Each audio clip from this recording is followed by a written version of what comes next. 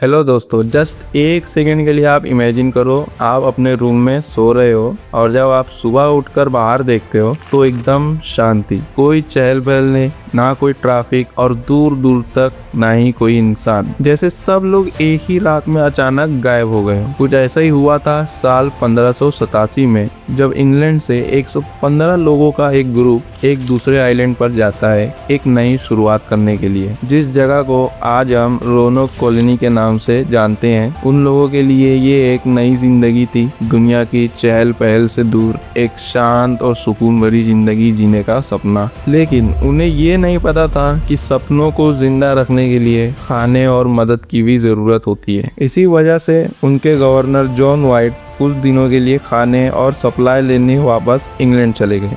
लेकिन उस वक्त इंग्लैंड जो था वो अपने पड़ोसी मुल्कों के साथ जंग में उलझा हुआ था, इसलिए जॉन वाइट का वापस लौटना बहुत मुश्किल हो गया। इसलिए उन्हें लौटने में लग गए पूरे 3 साल। जब वो 1590 में वापस आए तो उनके सामने जो मंजर था वो दहशत भरा था। पूरा आइलैंड वीरान पड़ा था, घर खड़े थे, दीवारें मौजूद थी, लेकिन एक भी इंसान वहाँ नहीं था। और सबसे अजीब बात ये थी कि कहीं भी ये निशान नहीं था कि वहाँ कभी कोई जंग हुई हो या चोरी हुई हो या फिर कोई बड़ी बीमारी फैली हो। जब गवर्नर आसपास पूरे आइलैंड की जांच कर रहे थे तब उनकी नजर एक दरख्त पर पड़ी। उस दरख्त पर एक लफ्ज नक्काशी करके लिखा हुआ था, क्रोटोन। आज भी कोई नहीं जानता ये क्रोटोन असल में क्या था। और सबसे बड़ा सवाल, वो 115 लोग आखिर गए तो गए कहाँ? कुछ लोगों का तो ये भी मानना है कि शायद वो लोग क्रोटोन नाम के पास वाले आइलैंड पर चले गए, लेकिन आज तक कोई भी पक्के सबूत नहीं मिले जो ये साबित कर सके कि वो लोग वहाँ पहुंचे भी थे या नहीं। और इसी वजह से रोनोक कॉलोनी आज भी हिस्ट्री के सबसे बड़े और सबसे डरावने राज में से एक बनी हुई है।